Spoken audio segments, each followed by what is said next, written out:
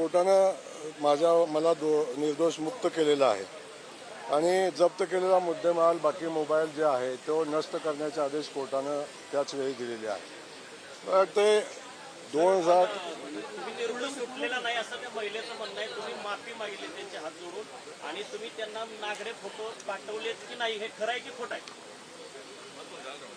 तुषारजी, तुम्हाला खूप गडबड आहे. मी उत्तर देतोय, नंतर प्रश्न विचारा तुम्ही. तुमच्या प्रश्नाला उत्तर, तुमच्या प्रश्नाला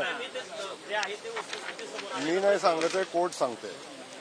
कोर्टाचे आदेश ज्याप्रमाणे आहेत की कोर्टानं निर्दोष मुक्तता केलेली आहे. मला बाकी कुणी निर्दोष मुक्त केलं याच्याबद्दल माझं वेगळं मत काही नाही आहे. आणि झालेला जो विषय आहे या विषयासंदर्भात मी आपल्याला सांगतो की त्या घटना घडली 17 साली 19 साली निकाल लागला आणि निकालामध्ये मला निर्दोष या ठिकाणी कोर्टाने मुक्तता केलेली आहे. मला वाटते या देशात लोकशाही आहे. लोकशाहीमध्ये आपल्या सगळ्यांच्या समोर सर्वोच्च न्यायालय आहे आणि न्यायालयाने जे निकाल दिलेला आहे त्याला 6 वर्ष झालेली आहेत. आज 6 वर्षानंतर हा विषय पुढे आलेला आहे आणि मला माहिती आहे की किमान आपण कुठल्या वेळी हा विषय समोर आणावा किंवा कुठल्या वेळी काय बोलावं याला राजकीय लोकांनी मर्यादा ठेवली पाहिजे ही माझी मनापासूनची भावना आहे. माझ्यासारखा एका सामान्य कुटुंबातला ज्या युवकानं ज्या वडिलांचं माझ्या 7 दिवसापूर्वी निधन झालं, 8 दिवसापूर्वी, मी काही भावनिक त्या विषयात करत नाही आहे. परंतु ज्या वडिलांनी माझ्यासाठी प्रचंड संघर्ष करून मला मोठा केला आणि वाढवला इथंपर्यंत आणलं, त्यांच्या मृत्यूनंतर त्यांचा अस्थि विसर्जन सुद्धा करू दिलं नाही. इथंपर्यंत एवढ्या खालच्या पातळीचं राजकारण विरोधकांनी करावं आणि असं मला अपेक्षित नव्हतं. पण ठीक आहे, शेवटी राजकारणात सगळ्या गोष्टी राहतात. मी जबाबदार पदावर काम करतो, माझ्याही काही जबाबदाऱ्या आहेत आणि मला विचारलेल्या प्रश्नाचं उत्तर द्यायची माझी जबाबदारी आहे. त्यामुळं मी एवढंच सांगतो की या घटनेला कोर्टानं निकाल दिलेला आहे आणि या संदर्भात ज्यांनी माझ्यावर आरोप केलेला आहे त्या प्रत्येकावर मी हक्कभंगाचा प्रस्ताव आजच सभागृहामध्ये आणणार आहे. संबंधितांच्यावर मी माझ्या बदनामीच्या संदर्भात केलेलं काम आहे त्या संदर्भात मी माझा बदनामीचा खटलाही दाखल करणार आहे. आपलं नुकसान भरपाईचाही खटला दाखल करणार आहे आणि त्याच्यावर जी कारवाई मला अपेक्षित आहे करणं अपेक्षित आहे ती मी करणार आहे. विषय पुढे सुरू होती. महिला निर्दोष मुक्त केल्यानंतर सुद्धा तुम्ही आता शिक्षा ऐकून त्या महिलेला त्रास सध्या देतात असा थेट आरोप संजय राऊत यांनी केला. माझं म्हणणं हेच आहे की जयकुमार गोरेंनी त्रास दिला किंवा नाही दिला या संदर्भात पोलिसांनी चौकशी करावी. या संदर्भात जयकुमार गोरेनं काय केलं या संदर्भात चौकशी करावी. चौकशी करून जो कोण दोषी आहे, मी असेल तर माझ्यावर आणि कोण असेल तर त्याच्यावर, आणि जे काही खोटे कुभांड रचतायत, जे खोटे या भानगडी करतायत त्यांच्यावर जे करतायत त्यांच्यावर कारवाई करणं अपेक्षित आहे. कारवाई करावी. मी तेच सांगतो की कोर्टानं निर्दोष मुक्तता केलेली आहे. मी कुठलेही फोटो पाठवले नाहीत आणि कोर्टापेक्षा मला वाटतं तुम्ही पण फार मोठे नाही आहे असं माझं म्हणणं आहे. त्यामुळे माझं म्हणणं एवढंच आहे.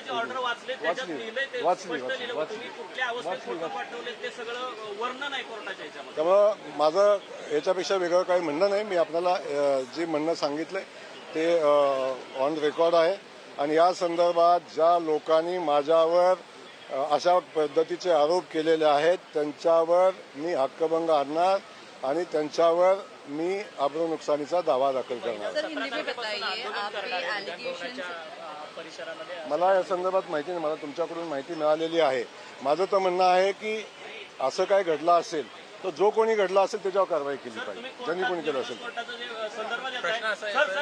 माझा महत्वाचा प्रश्न, तुम्ही माफी मागितली त्या महिलेची कोर्टात, तुम्हाला नैतिकतेच्या जोरावर पाय उतार व्हावं अशा प्रकारचं विधान जे आहे ते विरोधी पक्ष देखील करताना दिसत आहेत. याकडे कशा प्रकारे मला कळत नाही की या देशाची सर्वोच्च व्यवस्था न्यायव्यवस्था आहे आणि न्यायव्यवस्थेने जेव्हा मला निर्दोष मुक्त केलेलं आहे तेव्हा बाकी कुठल्या गोष्टीला किती महत्व राहतं आणि विरोधक काय म्हणतात मला वाटतं याला गांभीर्याने घ्यायचं काही कारण नाही. कारण तुम्ही कोण विरोधक आहेत त्यांनी वस्तुस्थिती माहिती घेतली का, परिस्थिती बघितली का, या संदर्भात त्यांच्याशी चर्चा करावी आपण आणि मग त्याचं उत्तर द्यावं. माझं म्हणणं काय आहे की बाकी सगळ्या गोष्टी बाजूला ठेवण्यापेक्षा चर्चा करण्यापेक्षा त्यांनी वस्तुस्थिती माहिती घ्यावी. आणि मी आज सांगतो की आपणाला की ज्यांनी असं काय घडलं असेल, मला माहिती नाही, असं काय घडलं असेल तर ज्यांनी कुणी केला असेल त्याच्यावर कारवाई करावी. जर दुसऱ्या एका केसमध्ये सर्वोच्च न्यायालयाने तुम्ही ज्या ट्रस्टचे अध्यक्ष आहात त्या मायनी ट्रस्ट ते ट्रस्ट आणि कर्नाटकचं ट्रस्ट तुमच्या दोघांवर त्यांनी म्हटलंय की जनावरांवर नुकणारा कुत्रा असं तुमचा उल्लेख सर्वोच्च न्यायालयाने म्हटले, मी नाही म्हणत. आता तुषारजी आपल्या जे माझा मोबाईल दे जरा.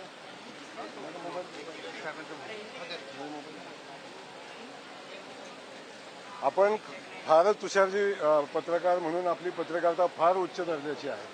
नाही, आणि मी सांगतो मी सांगतो तुमचं ऐकून घ्या ना, तुमचं ऐकतोय मी तुम्हालाही सांगतोय.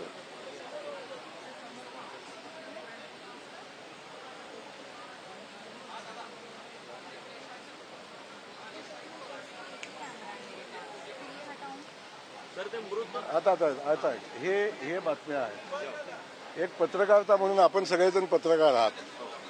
एक पत्रकार माझ्या विरोधात गेल्या 6 महिन्यापासून 7-8 महिन्यापासून 1.5 वर्षापासून एक पत्रकार माझ्यावर सातत्यानं माझ्यावर एकतर्फी बातम्या लावतो. 85वी बातमी आहे आजची. आज जी आपण दोन अरे राम ना बाबा, थांबा ना बाबा. तुम्ही मुलाखत द्या ना मला. आला कधी खुलासा पाठवा. 2 मिनिटं गडबड फार झाली तुम्हाला. एक पत्रकार 85 बातम्या एकदम खालच्या दर्जाच्या, ज्या भाषेला लेवल नाही, ज्या भाषेला मर्यादा नाही, एवढ्या खालच्या पातळीवरच्या बातम्या 85 बातम्या एक पत्रकार एकतर्फी लिहितो, एकतर्फी बातम्या चालवतो. आणि ही कुठली पत्रकारिता आहे? या संदर्भात माझ्या आपल्या माध्यमातून मला आपणालाही माझी विनंती आहे की एखादी गोष्ट जेव्हा आपण समोर आणता, चर्चा करता, सातत्यानं 85 बातम्या एकतर्फी खालच्या म्हणजे जे संसदीय पत्रकारितेची भाषा नाही अशा पद्धतीच्या भाषेमध्ये आपण ज्या बातम्या देता आणि छापता, मला वाटते अशा पत्रकाराला उत्तर द्यायला मी बांधील नाही. पण माझी आपल्याला विनंती आहे की आपण ही वस्तुस्थिती बघावी. मी या झालेल्या घटनेचा तर निषेध मी करतोच. आणि मी विधानभवनामध्ये तुम्हाला प्रश्न विचारतो. विधानभवनामध्ये मी हक्कभंगाचा दाखल करणार आहे.